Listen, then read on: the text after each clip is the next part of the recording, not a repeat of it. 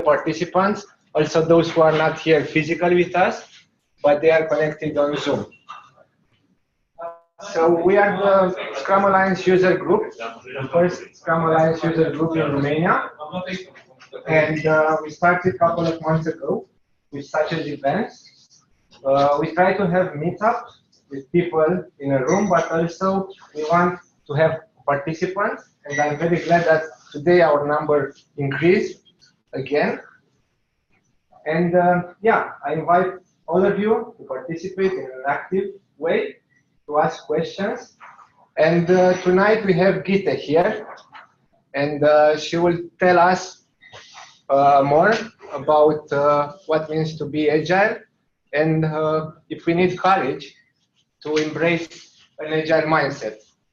So Gitte, please tell us more. Hello. Nice to see all of you. So what I'm going to do first is I'm going to do a talk. And I've never tried to do this talk online. I'm used to people being able to see me. So please react if there is something that doesn't work. We'll try it out. So this is a talk about being brave. And then afterwards, I think we should talk about that and talk about the values of Agile. So let's see if we can make it work. It worked earlier today, but that is not always the same.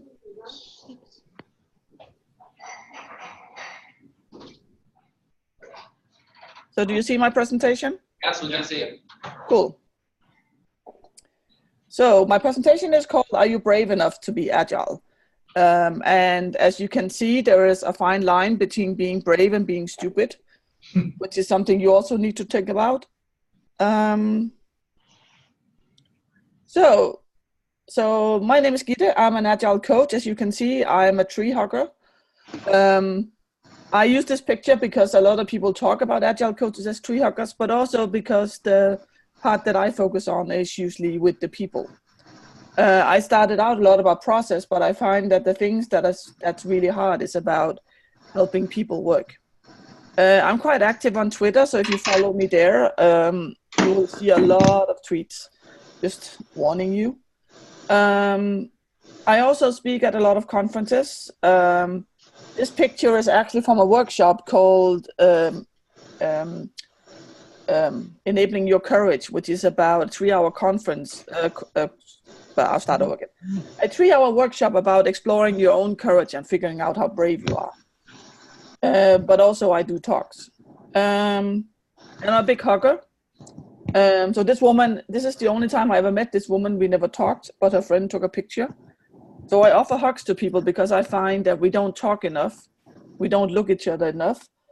So for me, the hug is more about giving attention to each other, because I find we spend so much time talking and looking and not listening to each other, not seeing each other. And part of what I also am is I'm a member of Inclusive Collaboration, which is a small movement where we're trying to create workplaces that is more inclusive. Because a lot of workplaces is about how to be extrovert. If you speak up, if you are good at working in a team, it's very easy to be in most companies. But we do have a lot of people who are introvert. We have a lot of people who have some kind of autism. We have a lot of people who have all kinds of things. And we want to make it an environment where we can embrace these things, because we are missing out. It's just not just about being nice. It's about actually using the brain power of different people. And I am known for my talks about courage. So this is my tattoo that I got in 2012 about being brave. And I'll talk a little bit more about that later. So moving on to Agile. Oh yeah, and I put this on so that I have proof that I actually do have a Jedi robe, and I do use it when I speak at conferences. If we look at the Agile values, there are no written Agile values. What we have is we have the Scrum values and we have the XP values. And one that is in both of them is actually courage. So if we go in and we look at the individual values, we see even Scrum.org has courage as the first one, that they have the courage to do the right things and to work on tough problems. But I actually go even beyond that, because I think that courage is the thing that is underneath everything else. I think we need to focus on courage, because without courage, the other ones won't work. So starting with the Scrum values, if we look at commitment, what we are committing to is we will follow what we agree on, and if not, we will speak up. That requires courage. It requires courage to go in and actually do the things we committed to. And if something else pops up, of course, we will evaluate it, but we will stick to what we agreed on. And it takes courage to trust each other, to trust. If you have a traditional Scrum setting with a product owner that decides which are the most important things to work on, it does require a lot of courage to trust that as a team member. It requires courage from a product owner to be committed to selecting the right things and trusting that the teams will do what they can. Respect. Some people think that respect is something to be earned. I think that that can be a big problem when you work in teams, because you get to work with a lot of different people. And if you don't have that respect when you meet people, then it's really, really hard to get it to work. But again, that's a thing where you can go in and you can be brave, and you can actually say, okay, I'm going to respect people. They may prove differently, but my default is respecting. Openness is something that a lot of people find hard when they work with Scrum, that anyone can actually go in and look at the backlog. Anyone can see progress. And again, this is something that requires courage, because by opening up, by speaking openly about things, by going to the product owner and saying, I know we said we were going to be done, but now we learned more, so it doesn't look like we're going to do it. Or talking to your client. All of these things about being open, about being vulnerable, is something that requires courage. And focusing. Because by focusing on a few things, what we do is we do not look at the other things. And that requires an element of courage to not look at those things and believe that it's more important to focus on few things than actually get all the things started. The problem is, if we start everything, we know we're not going to get them all done. And then I think that one of the things that I find is missing in Agile values, and it's not described, but that we really, really need to get anything to work, is trust. If we do not trust each other to do our work, if we do not trust that we can be open without being hurt, if we do not trust that we fulfill the roles that we have, I think Agile is really, really, really, really hard to get to work. And trust is, again, one of these things where you can have 2 points of view. You can have trust is something that is being earned, or you can have that trust is something that you have as default, and that you believe that people can be trusted. That doesn't mean that they can never fail, but it means that as default, you go in and trust them. And that requires a lot of courage. So no matter which one you do, it requires courage. So I keep talking about courage, but what is it really? Of course, as a good computer engineer, what I do is I go and I look at the dictionary. And what the dictionary says, it's a quality of mind that enables a person to face difficulty without fear. It's bravery. And then they talk about it being obsolete, that it's the heart as the source of emotion. So actually courage is from Latin, and it's about the heart. It's about showing your heart. But somehow it got lost. And often when we talk about courage, we talk about jumping out of an airplane or fighting at wars and stuff. But it was more about standing up for what you believe in. And yes, in the Middle Ages, that might have meant that you had to fight. But it was more about showing what you believe in and standing up for it. And when I look at this definition, I think that there's something really wrong with it. Okay, that one is supposed to be crossing out the fear. Minor detail. Because I find that when you act without fear, that is when we find the line about what is being stupid and what is being brave. If you jump out of an airplane and you're not a little bit afraid, you're probably stupid. You put something on your back that looks like a backpack and you hope that it's a parachute. You're hoping that it folds out. So courage is about doing things that is necessary even when you are afraid. I think removing fear is something that is not beneficial for us, because fear is one of our bodies, one of our brain's techniques to show us here's something dangerous. And if we talk about jumping out of an airplane, of course that is dangerous, you might die. But also if we talk about at work, spending that courage to focus on one thing, that means that you may be focusing on the wrong thing. If you made the wrong choice, you will be focusing on the wrong thing. And not having a little bit of fear of these things is something that I think will make us arrogant, and we will make a lot more mistakes.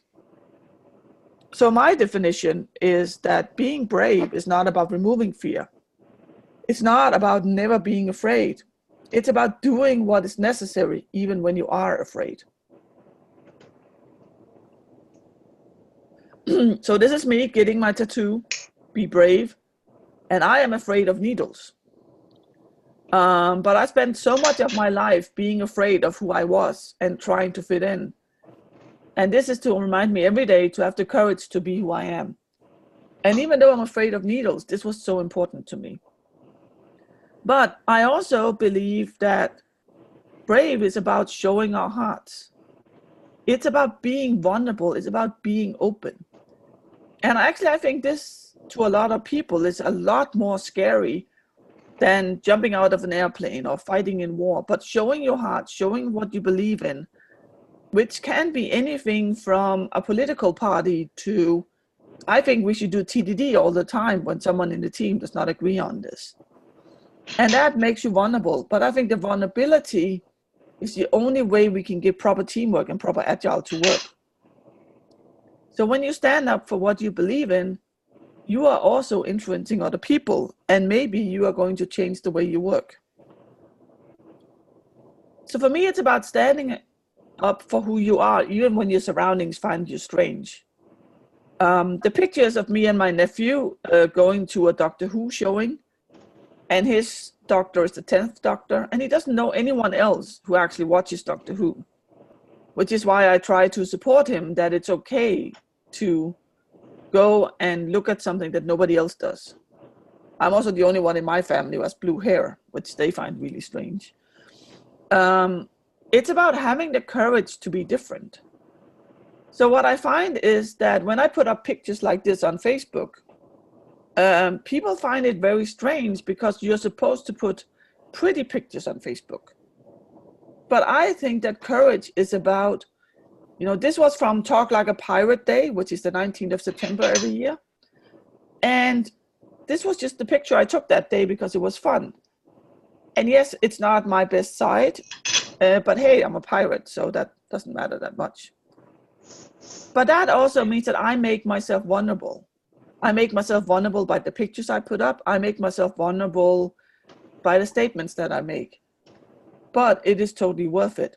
People who follow me on Twitter will also know that I will put up on Twitter when I make mistakes, when I'm scared. I'll also put up when I feel like I'm doing awesome stuff, and I will talk about making the world a better place, which is also something that I would not talk about earlier.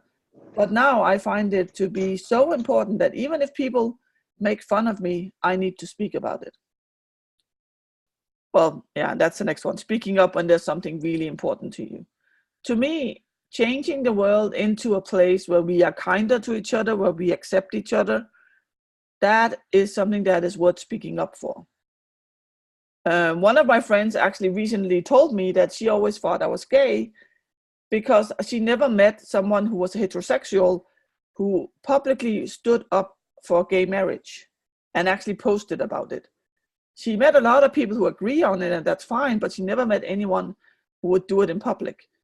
So we are not used to having people speaking up this way about things. And I think it's about sharing fears and joys. And I think we need to do this at work as well. If you're working in a team and you had a bad day, maybe something happened to you, maybe you had a fight with your spouse yesterday and you come to work, you're going to be a little bit grumpy. If you don't tell people, you know what, today I'm going to be a little bit grumpy because of this. You're just going to be that grumpy guy or girl who goes in and is really annoying. But if you go and say, you know what, I have a bad day, maybe just leave me alone a bit, that will help. And also, like, some people, when they're happy, like me, for instance, I can be really annoying when I'm happy because I'll be like all over the place. But by sharing this and by taking pleasure, we also get to know each other better, and getting to know each other better is part of creating a team and part of creating psychological safety in a team. And another thing that I find really, really important is that there is no such thing as a little courage. We often talk about these big things and look at warriors or knights or jumping out of airplanes. But to some people, walking out the door every day can be courage. To some people, speaking to someone they don't know can be courage. We can only see what's going on inside ourselves. And what other people show us is mostly facades, which means that we don't know what's going on. And courage is so individual, but it is something that we need to do. So one of the things I would be doing when I was working in a bank in Denmark was I would, they had automatic doors, and I would pretend I was a Jedi and open the doors by waving my hands. And I was just doing this for fun. But the interesting part was that at some point, an Indian guy came up to me. So this was in Denmark. We were working together with a lot of Indians. And he says, do you have a moment that I can talk to you? And we go into a room. And he says to me, I've noticed that you've been doing silly stuff and waving at the doors. So is it okay that I ask you silly questions? So because I had been just joking around, he felt that it was okay to ask me these things and not ask the other consultants because they all looked like they were perfect. And the questions that he had was about Christmas. And if you come from a society that's not Christian, you don't know how people celebrate Christmas. And like he asked, why do you take a tree into the house? Which is actually a really, really good question. We take a tree into the house, we put ornaments on it. In Denmark, we actually, at Christmas Eve, we dance around the tree and we sing. So we do a lot of things that look very strange to him, but he was so afraid to ask everyone because it looked like it was normal to anyone. But for me, being myself and actually joking around a bit made me safe enough to talk to. And I think that's what we need to do in teams as well. We need to be safe enough to talk to. And if you're always perfect and always know everything, then people are not going to come to you and ask the questions. You might not be able to see this, but this is actually 2 IBM consultants. So this is me training my apprentice. Trying to do the crane from Karate Kid, which I can't do. But again, by going in and dressing the way the others dressed, most IBM consultants that I was working with at that point would always come out with a suit and kind of be all perfect. But the problem is, if you go out and you work with people, you need to be approachable. So you need to be vulnerable enough for them to come to you. Otherwise, they are not going to learn from you. They're just going to learn tiny bits. So this was a lot about me. So next, I'm going to talk a little bit about why it is important in Agile.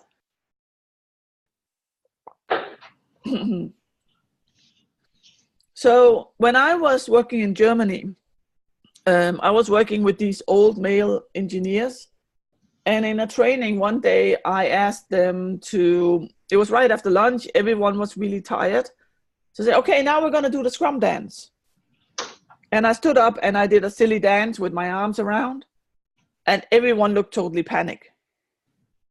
And I told them, okay, there is no dance, but now at least you are awake. And the funny thing is, later that day, I was in a meeting with all the new coaches, and my friend Sven was there as well. And he was in my training because he was going to be an Agile coach and at that point. And when I did the same thing in the meeting, he stood up and he danced with me. And he came up to me afterwards and he said, you know what? As an Agile coach, what we do is we stand in front of people and we tell them, we want you to do something different. If I'm going to be able to do that, I need to be at least able to dance a silly dance in front of my colleagues.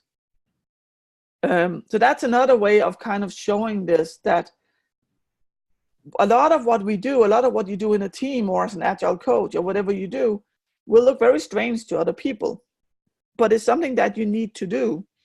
And if you take yourself too serious, it can be really, really hard to also go in and look vulnerable in front of people. But more importantly, we need to be brave in so many aspects of Agile. So in my opinion, the single most important thing in Agile, the thing that really makes Agile work, is inspect and adapt. The fact that we take the time every sprint, every iteration, and once in a while to have a retrospective, to inspect and adapt, that we have our tests in our code, which is also giving us feedback. We keep looking, but not only do we look at how things are going, we adapt. And adapting is something that is scary. Our brain actually doesn't like to adapt. Our brain doesn't like to change things, which means that it will fight us. And without having the courage to do things, we are not going to be able to change. Another part is learning. We need to learn all the time. Most of what we do is something that we have never done before. So a lot of the things that we learned about how to do, like what we learn in school, what we hear about, has been about production and being about production of the same things over and over again. But most of what we do in IT is a little bit new every single time, because if it wasn't a little bit new, we would just buy a product, which also means that we need to learn all the time. But by accepting that we need to learn, we also accept that we don't know everything. And I think that is something that is really essential. And then, of course, changes. Changes are scary. Our brain wants to be focused on one thing, because if our brain can learn something and make it a routine, it's going to lose, it's not going to lose energy. It's going to use less energy. And that is what our brain wants to. When we work in teams, we have to be able to bring our own piece to this puzzle. And that can be scary, because we might not be able to do the same as the other people on the team. We might not be sure if our piece of the puzzle is going to fit in. And the other part that can be really scary and that requires courage is we need to rely on each other. Even if we don't do this in our daily life, at least I don't know about you. We still need to be able to trust our team members. And we need to know that they are doing the right things, because if they are not doing the right things, we are not going to create the product that we're trying to do. Help is another area where we really, really need courage. Asking for help can be really, really difficult. If you look at daily Scrum, for instance, when I go out and help people, the thing that I find people have the most problem with is the one, do I have any impediments? Do I have any problems? Do I need help? Yes, I've been sitting with this bug for a long time. I actually would like someone else to look at it. I don't know what to do. For some reason, we have been brought up with not being very good at asking for help, because we don't want to show that weakness. And actually, I think it's not a weakness. It's about being strong when we ask for help.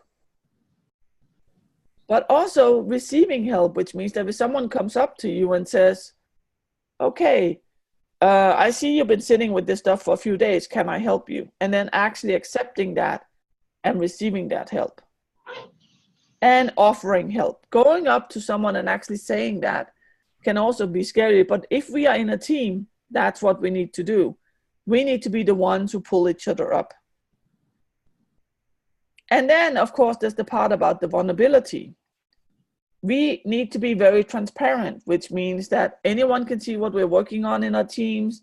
They can see backlogs. They can see where we want to go in the future.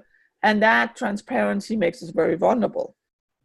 Standing up for what you believe in, whether it is about TDD or about how to solve a specific problem, is something that makes us vulnerable as well.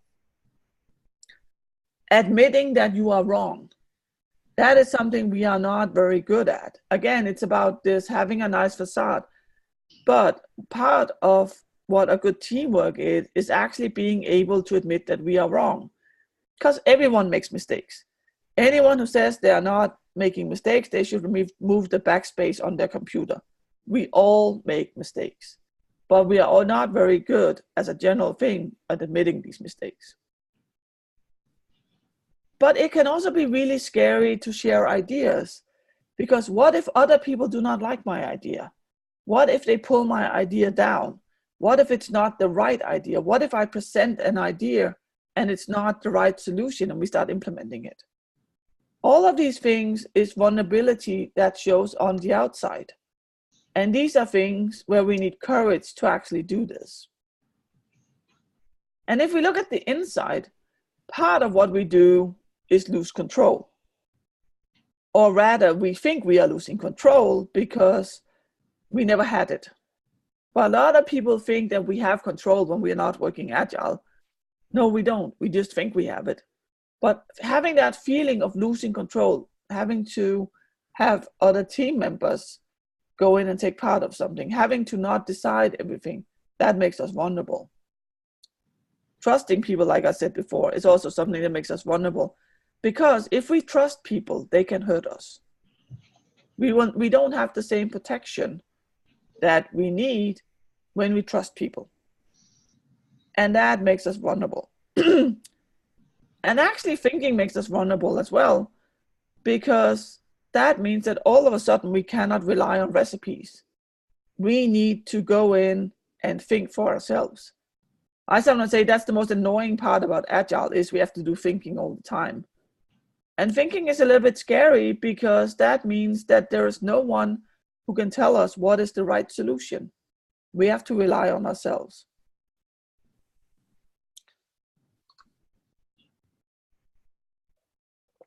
And experimenting.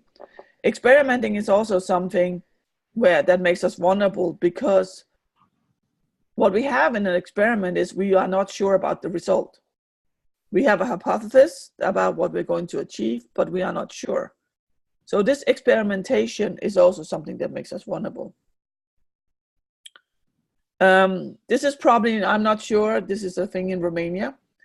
But in Denmark, we have this thing called Janteloven that basically says, don't think that you're better than anyone else. Don't think that you're worth anything. And fighting against that in a team, fighting against that when you're working, can be really hard.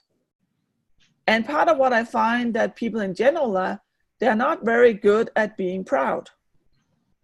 The Americans can sometimes speak up a lot about things, but in general, we are not very good at being proud of what we achieve. We are not very good at speaking up about it. I'm not sure if it's about Janteloven, which is not a proper law, it's from a book. But this thing about, talking about our successes is something that we find really hard to do. And showing what we did. This is actually something I achieved, is something we achieved in the team, is something that requires courage as well. Because as soon as we show something, people can also hurt us.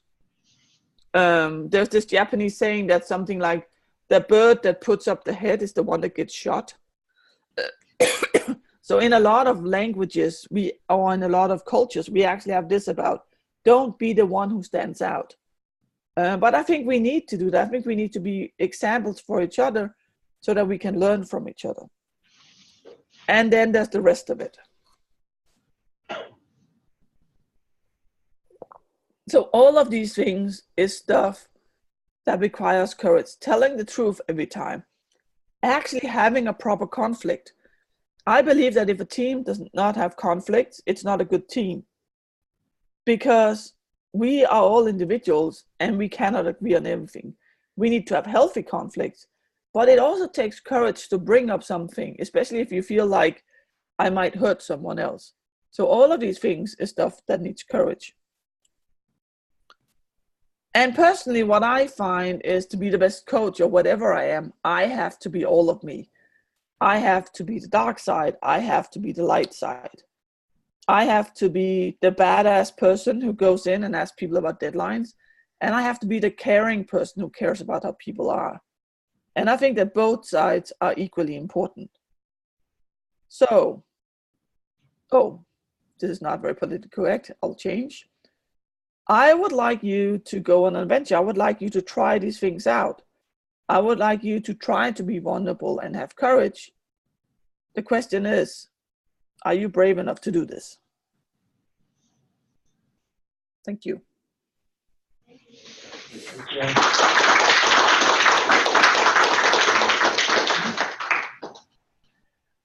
I agreed with Danut, is that how I pronounce it? I hope it's right. That I will send the slides and they will be available in the group if you want to look at it afterwards. So now it's up for discussions. Okay, so questions, if you have for Gitte, and online also, if you guys have questions.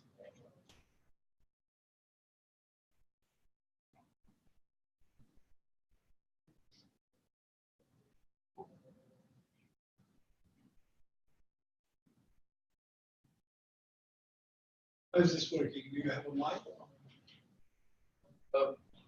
You can speak up if Gitte Can you hear me? Yes, I can hear you. Oh, excellent. I love your presentation. I've seen one of your videos as well online. I have so many questions, actually. But here's one of them. And how do you deal with, say, a very needy member of a team that keeps interrupting? Because, sure, he needs a lot of help. Maybe because of lack of technical prowess and knowledge. How do you deal with that situation? And how do you deal with situations where you have a lot of company politics, a lot of backstabbing, so making yourself vulnerable, being brave enough to admit, rather you expose yourself. Yeah, so I'll start with the first one. So usually if I work with a team where there's someone who is, as you say, needy, what is usually happening is that that person is not as experienced. And what I try to do is to talk to the team about how that person can learn more. So the best thing for me would be if people would pair up. So do pair programming, for instance, and learning that way. I think that asking questions is a healthy sign. And I think that that is something we need to do more. Absolutely, was some best basically. Yeah, but I think that no matter what role we have, we can always pair. We tend to look at pairing only as programming, and we tend to look at programming as only sitting and typing. But actually development is also about designing things. It's about figuring out how to solve problems. And people who need a lot of help about, let's say you have a tester who needs a lot of help about knowing what the product is about, that can also be because you don't know how to explain what your product actually does. So often when there are questions like that, what I try to do is to have a retrospective or something and dive underneath and figure out what's actually going on here. Because if you have a needy person, it can be a lot of things. It can also be an individual who feels really, really insecure and who's afraid to do things on your own. And if that would be the case, I would work with the individual. Okay. So how about company politics? Yeah, I hate them. Leave the company. Well, basically what I do is I quit.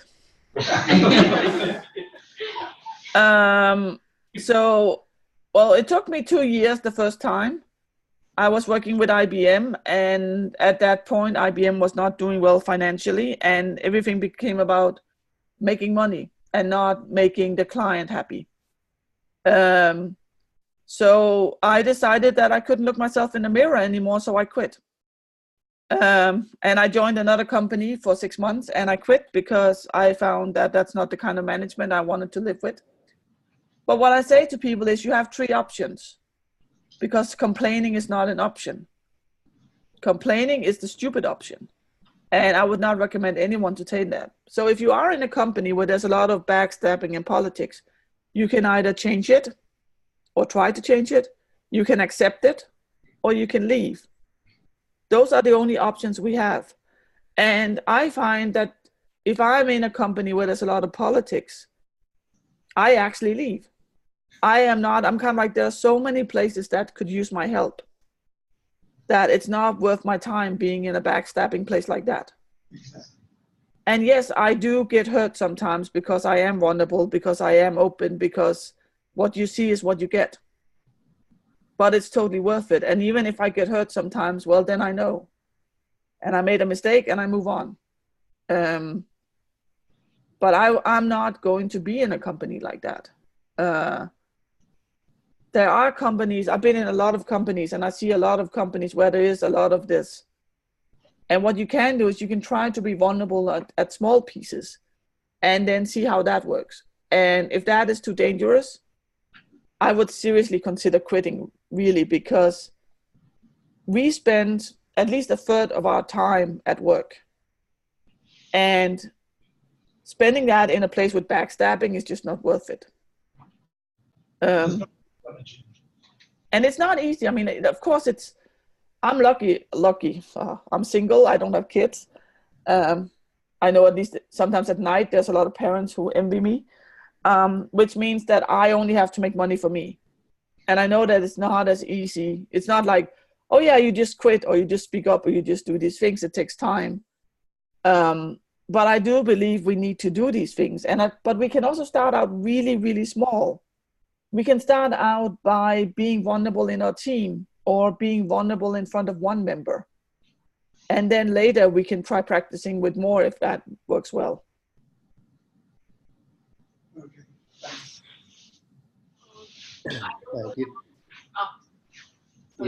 Yeah, please go ahead. Gitte, I consider you as a very brave woman.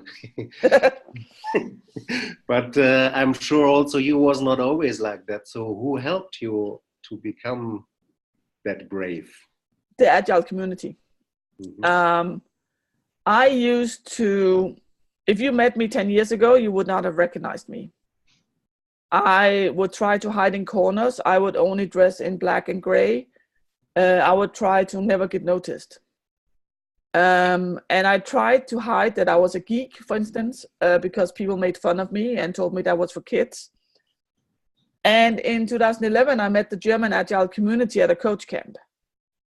And for the first time in my life, I belonged somewhere.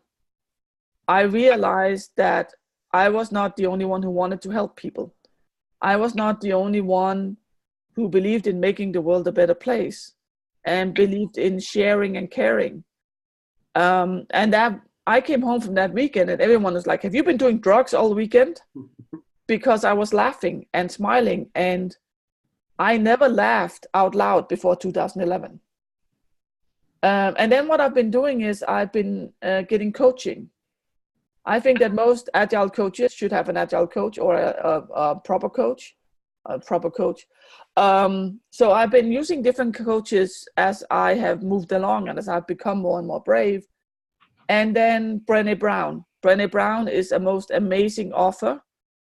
She writes about being brave and about being vulnerable.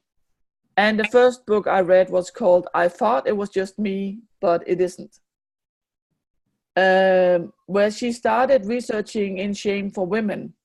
She's an academic researcher, and later she found out that men have the same kind of shame, just shame for different things. Shame for not being man enough, shame for crying, whereas women is more about shame for not looking good and stuff like that. But that book really, really changed a lot. And then just experimenting and trying and taking tiny, tiny steps. And at the moment, I'm at the point where, do you ask me, do you want to speak in front of 3,000 people tomorrow? I'll go like, sure, what do you want me to talk about? And in 2006, when I was in IBM, I was afraid to speak when my whole team was there. So it's been a crazy journey. If you want to hear the whole journey, it's on Agile Testing Days from last year. It was just released 3 days ago, I think. So there's more about my story. Thanks for sharing. You're welcome.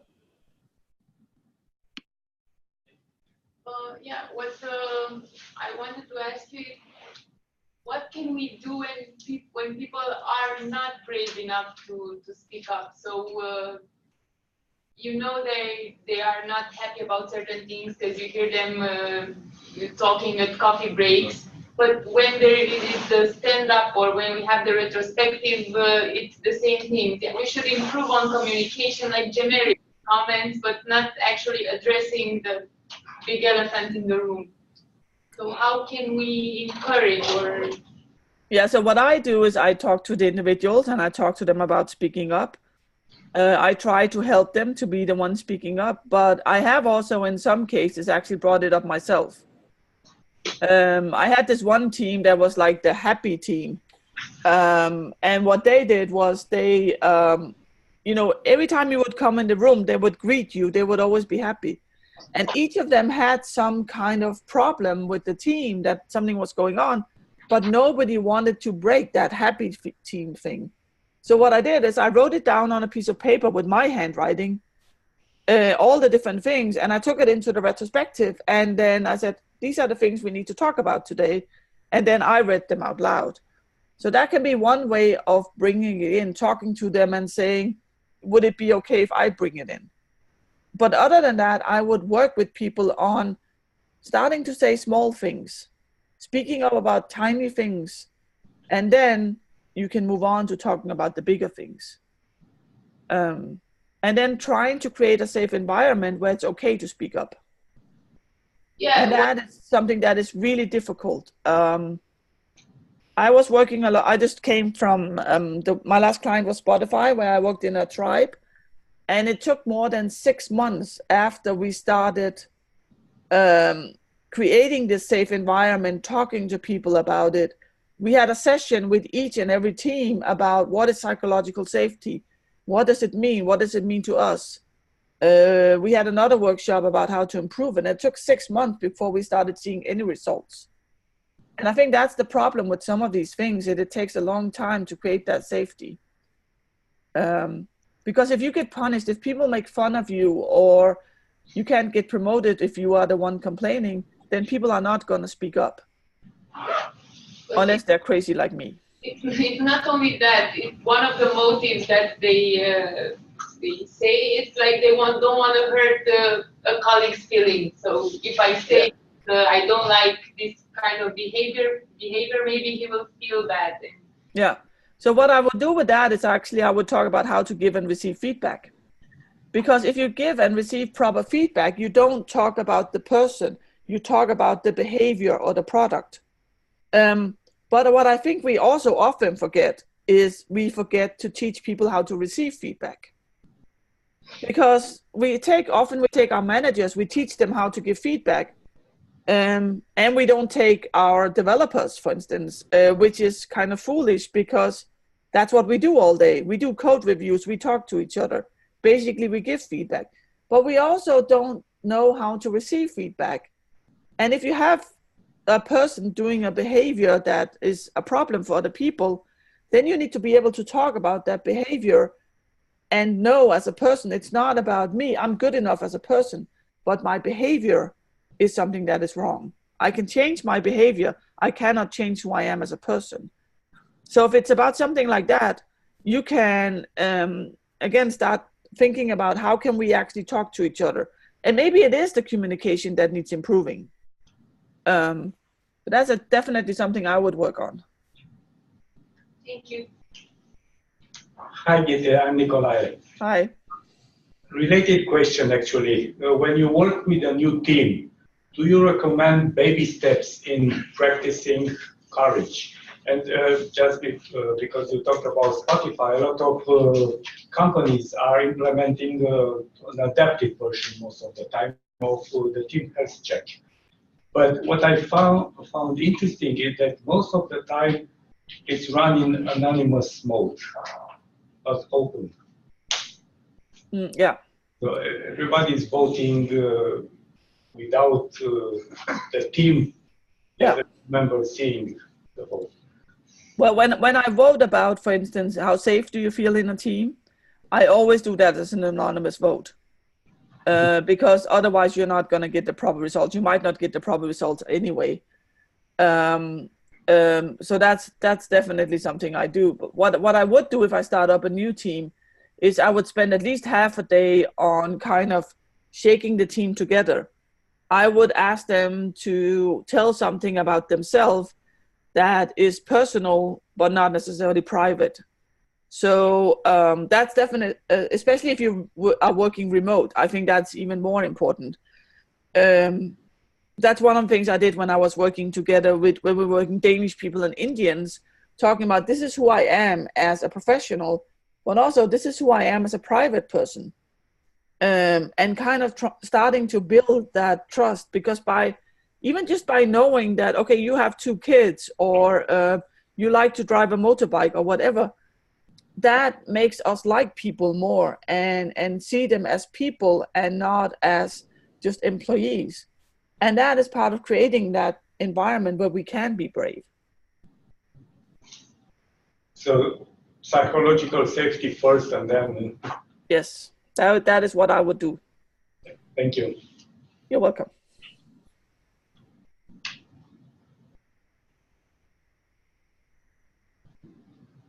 Okay, any other questions?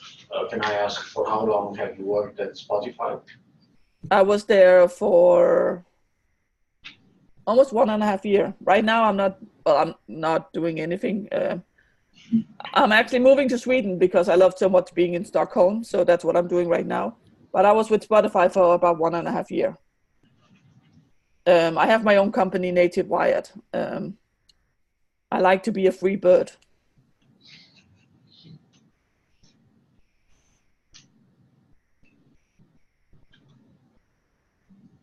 More questions from people who are online? Feel free to unmute yourself. Be brave. Have courage.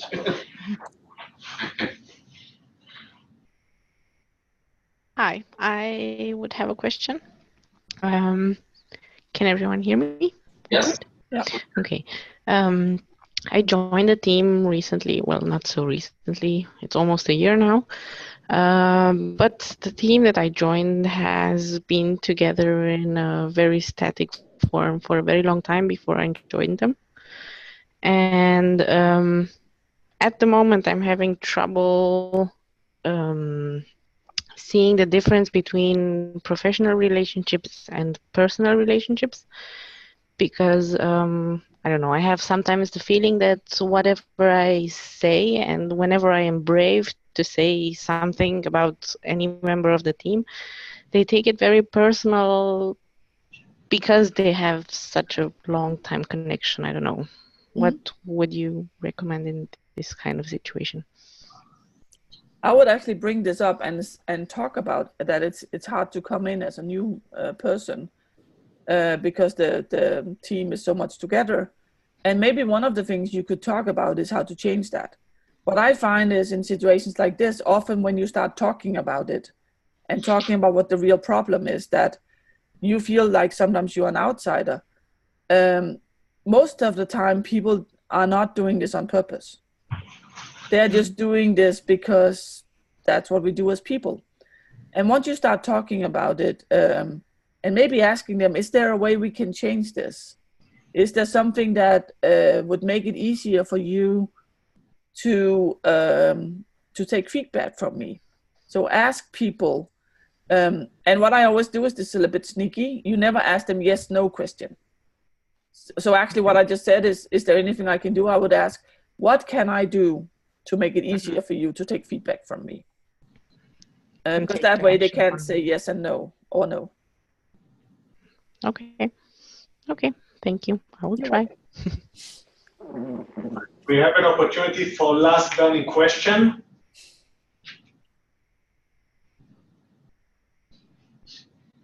If you found questions later, my email and LinkedIn and Twitter are also on the slides. Feel free to connect to me and ask me anything. If I don't want to answer, I'll tell you. Gitte, this is Amir. Hi, Amir. A big hug from us to you. Thank you. Good to see you again. Likewise. Thank you very much for accepting our invitation. You're welcome. As you said, feel free to reach out to Gitte.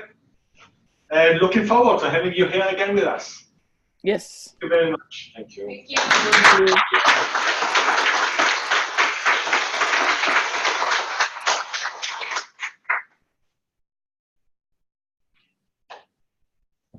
Okay, so I guess we are done. And I think now we can socialize. Yes. We have something for you, I think, I hope. Okay, so thank you very much for the people online. We hope to see you next time. Thank you too. And Bye. bye bye. Thank you, everybody. Thanks. Bye. Pizza. Pizza.